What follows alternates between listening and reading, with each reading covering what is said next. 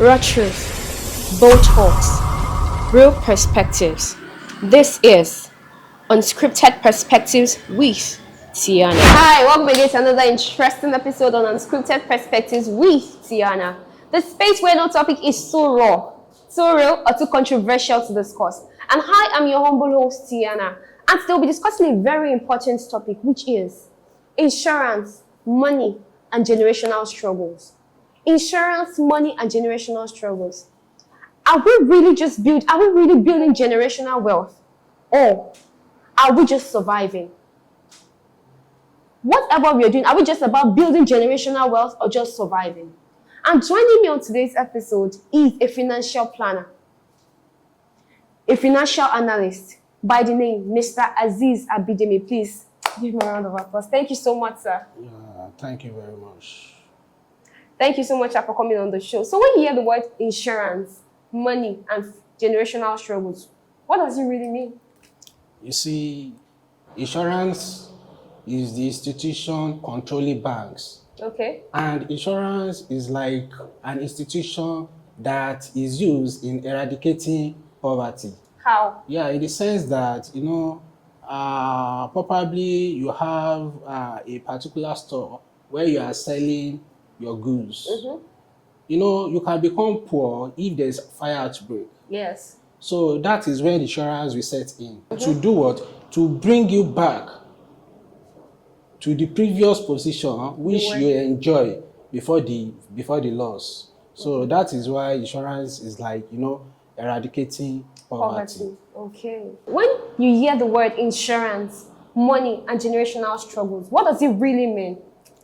You see, in Nigeria today, Mm-hmm. there are some names back then that we do here, like MKO, Abiola, and the rest, where we are growing. So you see, all these people are very wealthy, and they have empire. They are beneficiary, they couldn't sustain the empire.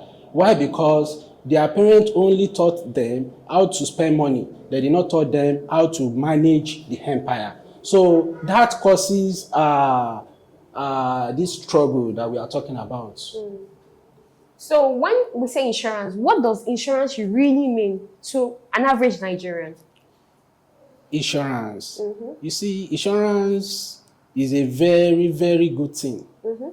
Thanks to the president of Nigeria, the president Bola Ahmed Tinubu, GCFR, for the reform he is doing currently. Okay. You see, insurance is a very good scheme whereby if you engage in it, if you engage in insurance scheme, you'll be able to be free from any unforeseen circumstances. Mm. You will be able to free from all those things. Okay. So I think that is the major work of insurance. Insurance, okay. So, but most Nigerians these days actually prefer to say, God forbid. If they hear, what if something happens to you, if your God forbid can never happen, rather than actually going for the insurance? Why do we have that mentality in Nigeria? Well, I think back then, the insurance, the picture insurance shows to the people is why people are lacking trust in insurance. Mm-hmm. And at the same time, people are lack of information. Okay. People are very lack of information because they didn't even know what insurance entails. Mm. They don't know what insurance entails. So back then, if insurance present their own policy documents to the people, for them to just go through the policy document before signing it, they won't. Just because the text is very small. Mm. So they won't go through the policy document, and at the end, they will be victim of that stuff, of not going through the policy document. They will be victim because they won't be able to claim when the claim arises due to the policy document that they are unable to go through. So that is why they see insurance as even some people even call them legally 419. You understand? Legally 419. So, but they are not like that. And I could remember back then in 2003, I think federal government tried to recapitalize the bank. You understand? So the bank was recapitalized in 2003, and in 2008, the insurance company was also recapitalized. Mm. So if you don't have 8 billion naira as your reserve, you can't stand as an insurance company. So some insurance company need to merge with other insurance companies. So with that, they are able to meet the people's demand. That's good. So now, what does insurance really entail? Most people actually know the word insurance, but you don't understand what insurance really means. So our viewers out there, do you really know what insurance really means? Like, okay, someone comes to them about insurance. What will give them this kind of, okay, I know what insurance is and I'm ready to do it. What does insurance really mean to an average Nigerian? Okay, to an average Nigerian, when we are talking about insurance, insurance I told you earlier that insurance is an institution, like bank as well, because we have many financial institutions in Nigeria. We have bank, we have insurance, we have stock exchange. So when we are now talking about insurance, insurance is just there for you to, insurance is just to provide, or let me say, in fact, insurance is there to tackle your loss.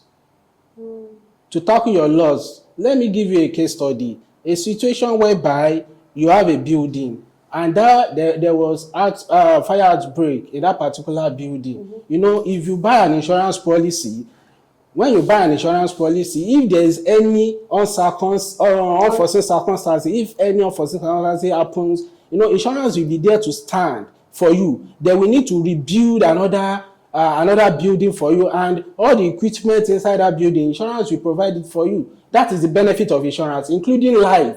We only compensate in life. We can never put you to the former position you enjoy. We only compensate the estate.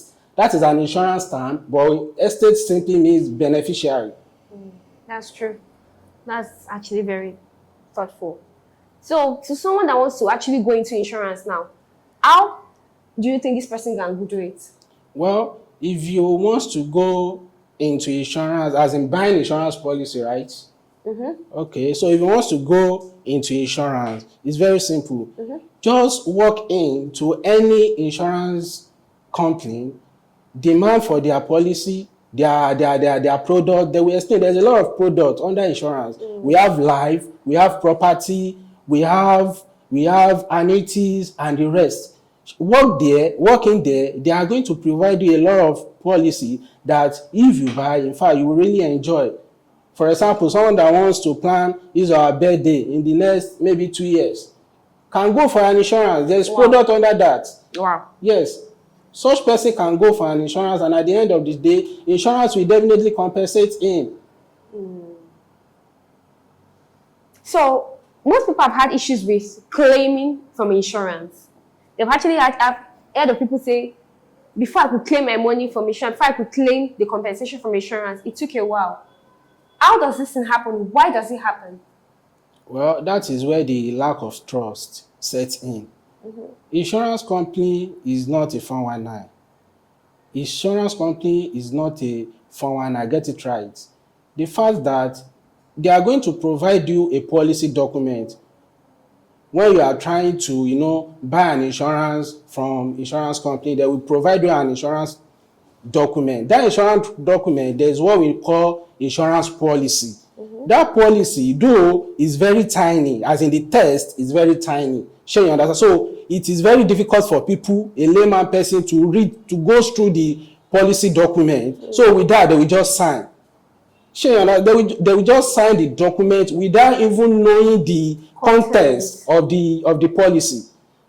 Like, for example, maybe we have a business store where we are selling maybe food items.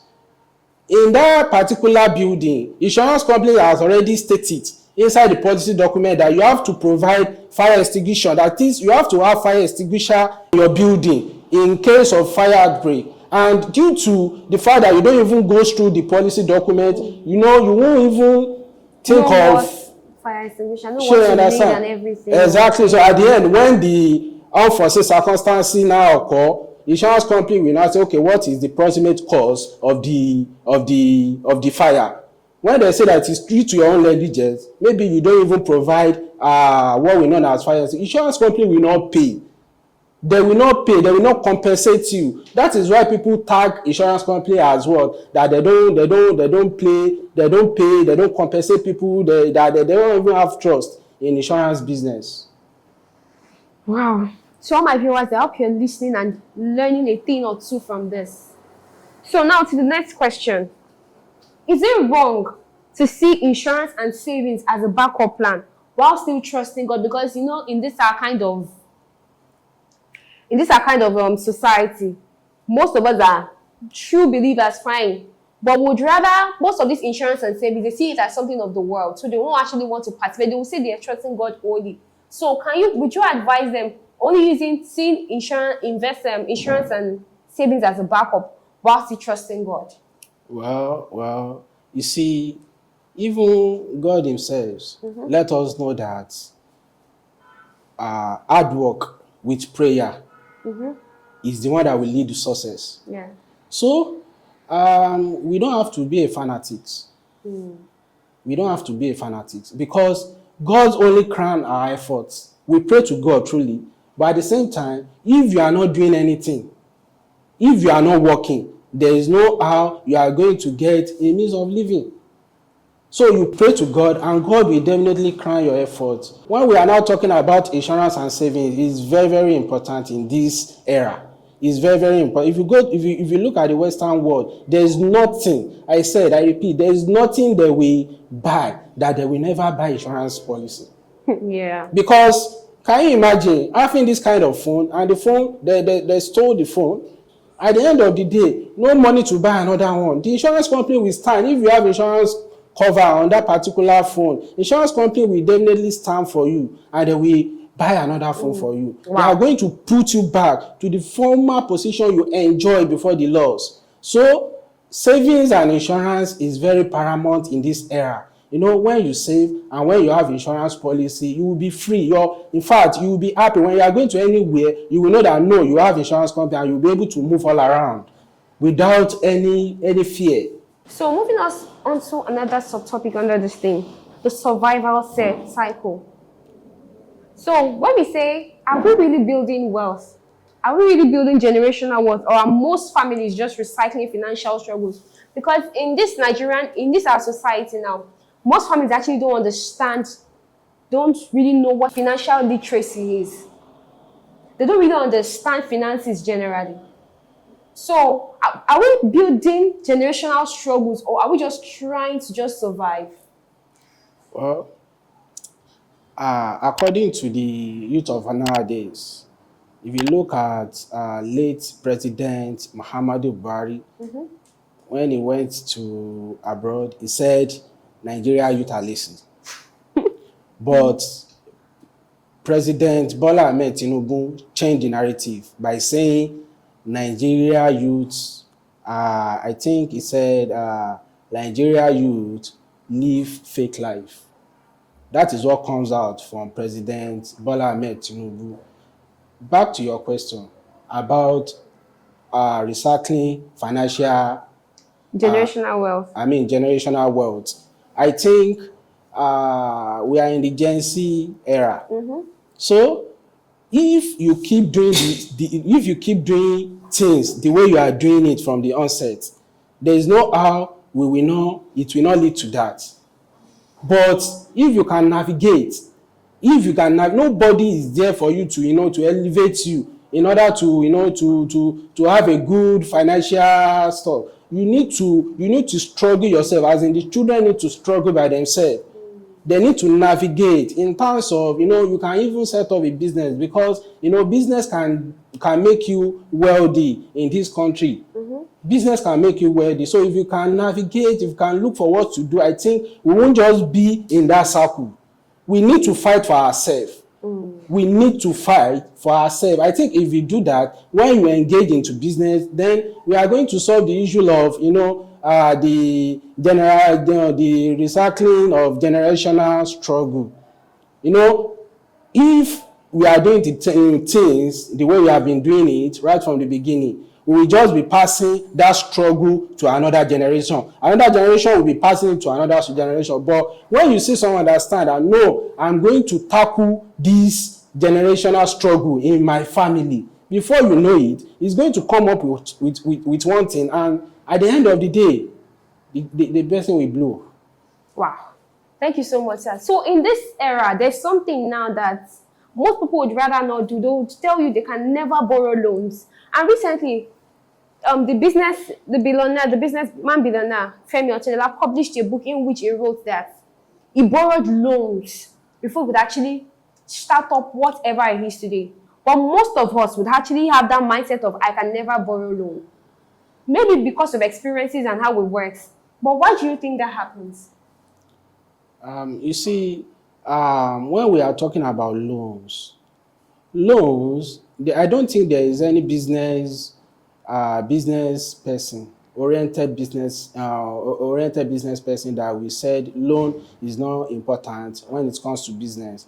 The Femi Otedola that you talk about, I think he borrowed a lot of money from different banks. In fact, I listened to one of his speech the last time. He said that it is only Access Bank that did not even sympathize with him when he have issues. Then, due to the oil stuff and the rest, so his business collapsed and he was having issues. So Access Bank couldn't even sympathize with him. You see, loan is a very good thing when it comes to business. It's just that you need to know how, when, and what to borrow. When and what to borrow. As in, what I mean by what to borrow is the particular amount you need to borrow. You are doing a business that is not even up to a year. You are talking about loan, or maybe you are doing a business, or you want to engage in a business that you just want to start and you want to use loan to start. It is not possible. That thing doesn't work like that.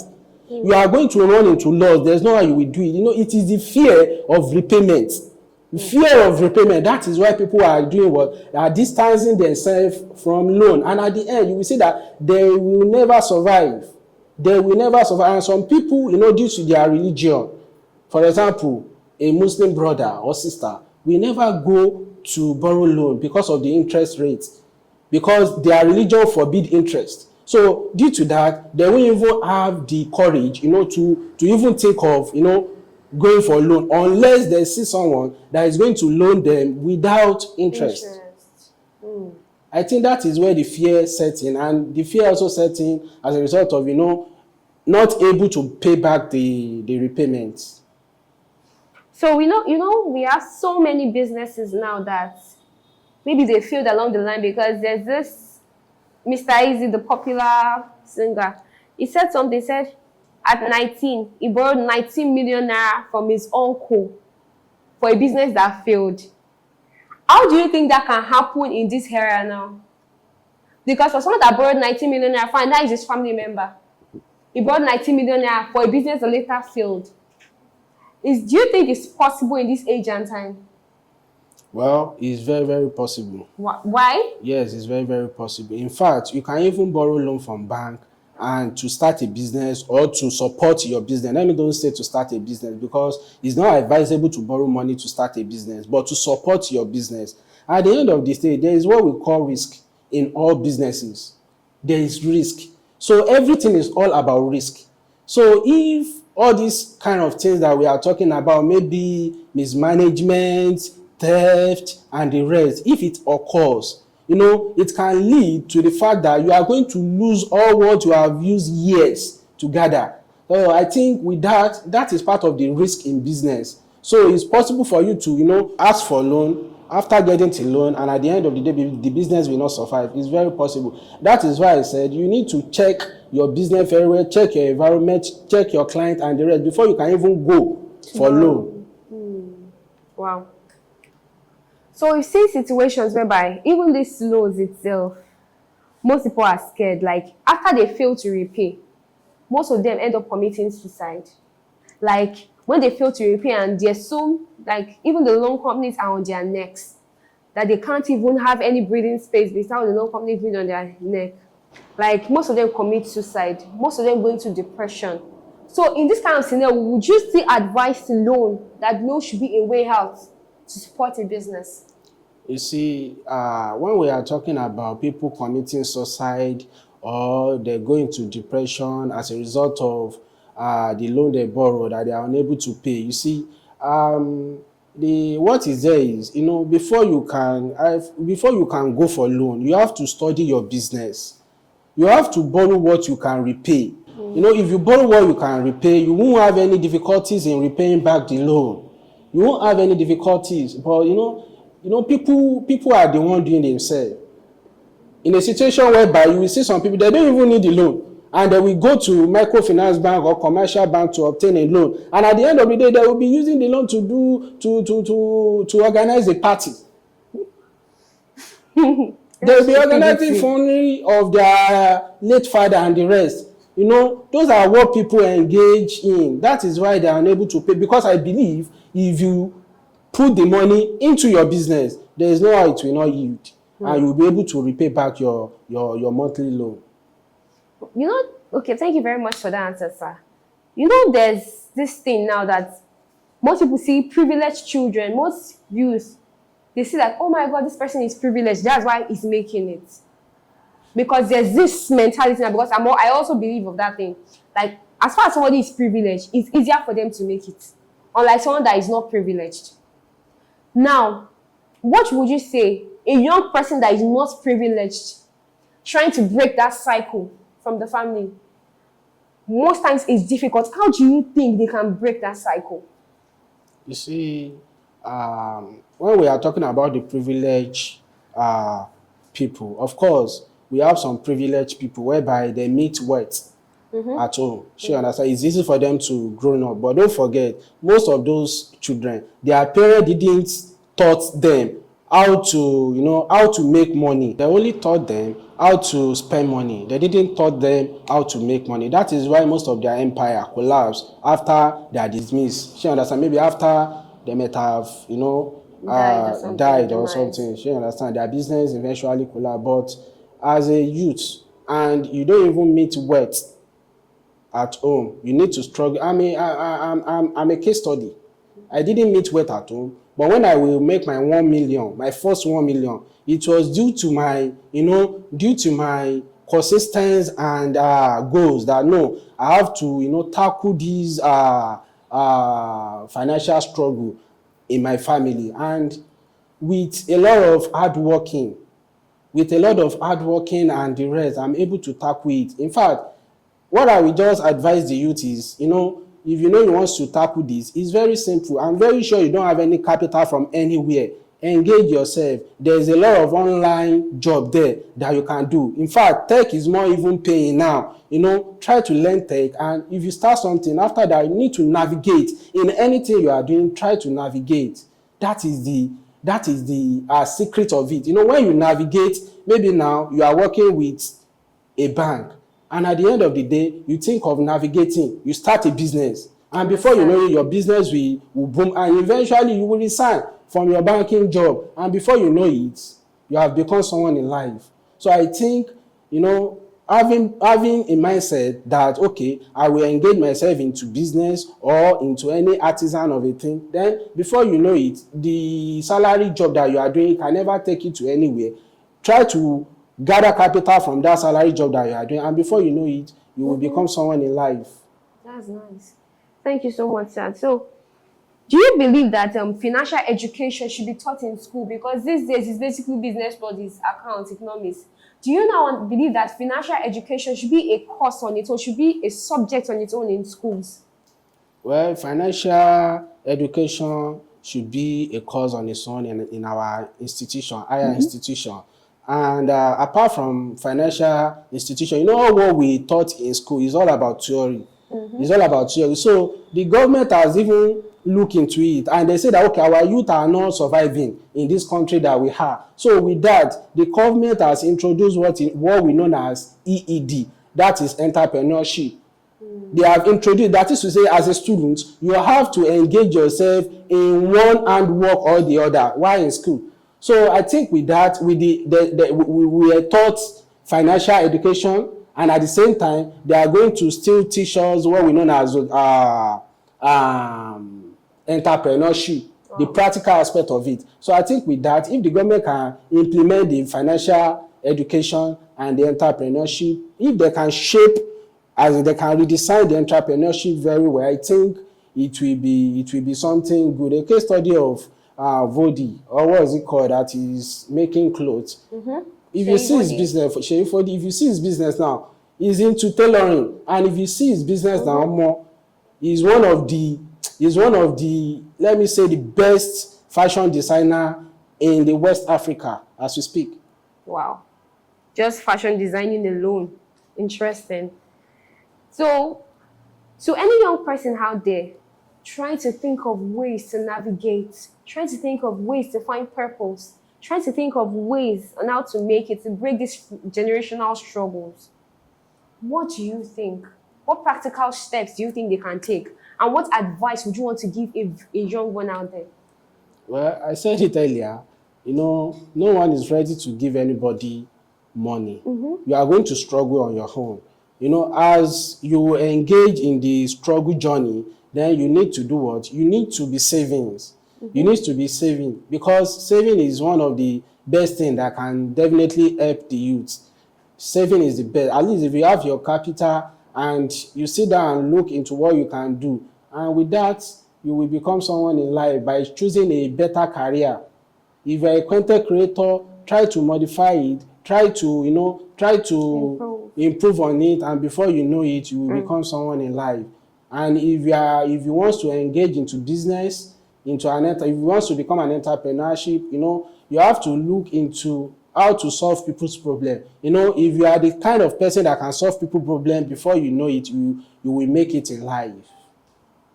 Thank you so much, sir, for such an enlightening topic, for such an enlightening talk. It's of actually, I hope somebody out there has actually learned a thing or two from all that has been said today. Because most times, even being privileged was not define your future. It's you wanting to make use of the privileges you have. It's you wanting to make use of the opportunities you have. It is you wanting to break free from that generational struggle. So I would want to talk to somebody out there today. Use this opportunity, use this platform to rethink. Go back to the drawing board. Think deep. What exactly do I want to do with myself? What exactly am I going to next? What exactly is my plan? Then try to navigate. Try to look for ways forward.